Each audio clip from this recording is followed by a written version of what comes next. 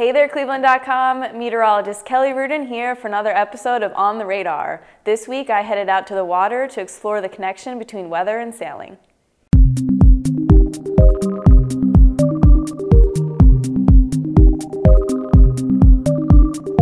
Sailing is a popular pastime here in Northeast Ohio since we border Lake Erie, and we all know how unpredictable and basically crazy our weather is here. How often are winds too fast to sail? What are the best conditions for sailing on Lake Erie? And what are some unique challenges with sailing the Great Lakes? I headed to the Edgewater Yacht Club to talk to the Commodore of the North Coast Women's Sailing Association to get some answers.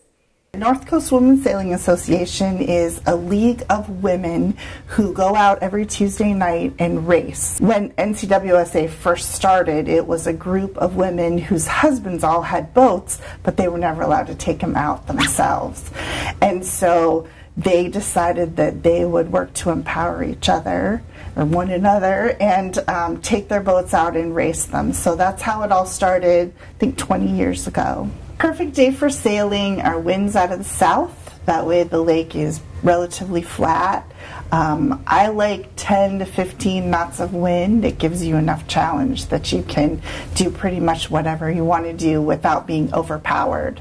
The danger with sailboats with too much wind is your boat gets so overpowered it heels or it can broach, which means like the mast lays down into the water. Now you have about, depending on what boat, we have 5,000 pounds of lead in our keel, so we pop back up. Okay. And the bigger boats have even more. What is it about the wind being from the south that makes it more calm? It doesn't have as much time to build waves. So if you were in Canada and the wind was from the south, it would be terrible. Okay. Just like when the wind is from the north or the west, the waves have plenty of time to build, and by the time they get to us, they're tall. It's really dependent on the size of the boat. We have a 25-foot boat, and so winds about 15 knots or less, pretty comfortable. When it starts climbing into the 20s, that gets a little trickier to handle. And waves, we don't usually go out with waves over about 4 or 5 feet.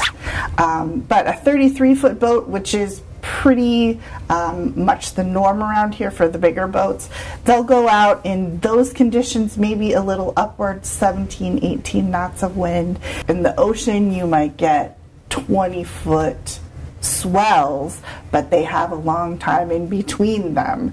And on Lake Erie, the waves are wind driven, and so they just are relentless, and they can take a toll on the boat equipment and then also the sailors. Also the little storm cells that tend to pop up in August and, well, July and August really, though there will be nothing on the radar, and then all of a sudden one will bloom up and it's on you if you're not paying attention.